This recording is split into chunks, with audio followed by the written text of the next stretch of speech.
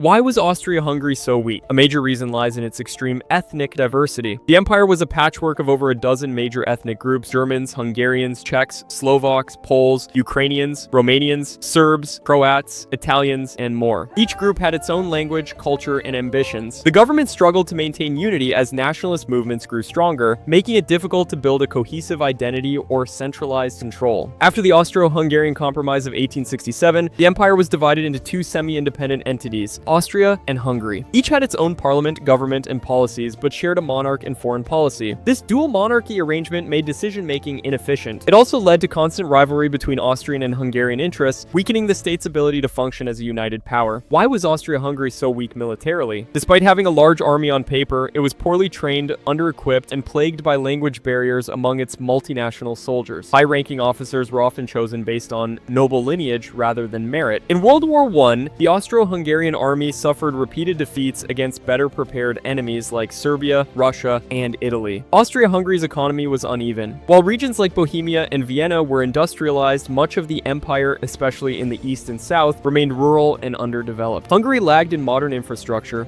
and the empire as a whole trailed behind Western European powers like Germany and Britain. This imbalance hindered modernization and economic strength. The empire's political system heavily favored German Austrians and Hungarians, sidelining other ethnic groups. Slavs, Romanians, and others had limited influence in government decisions. This exclusion fueled resentment and separatism, especially in the Balkans, and led to internal instability that the ruling elites failed to address. In the 19th and early 20th centuries, nationalist movements surged across Europe. Within Austria-Hungary, Slavic nationalism, especially among Serbs and Czechs, grew rapidly. The assassination of Archduke Franz Ferdinand in 1914 by a Bosnian Serb nationalist exposed how vulnerable the empire was to internal rebellion and external manipulation. Nationalism directly undermined the empire's integrity from within. Austria-Hungary's foreign policy lacked vision and adaptability. It relied heavily on its alliance with Germany and antagonized neighbors like Serbia and Russia. The empire's aggressive stance towards Serbia after the assassination of Franz Ferdinand triggered World War I. Lacking strong international allies and diplomatic finesse, Austria-Hungary entered the war with more enemies than friends. Why was Austria-Hungary so weak in the end? The pressures of World War I exposed and accelerated all of its internal weaknesses. Military defeats, food shortages, economic collapse, and rising nationalism brought the empire to its breaking point. By 1918, it disintegrated completely, with various ethnic groups declaring independence and forming new nations. Austria-Hungary ceased to exist, not with a bang, but with a quiet fragmentation fueled by years of structural weakness. Austria-Hungary was ruled by Emperor Franz Joseph I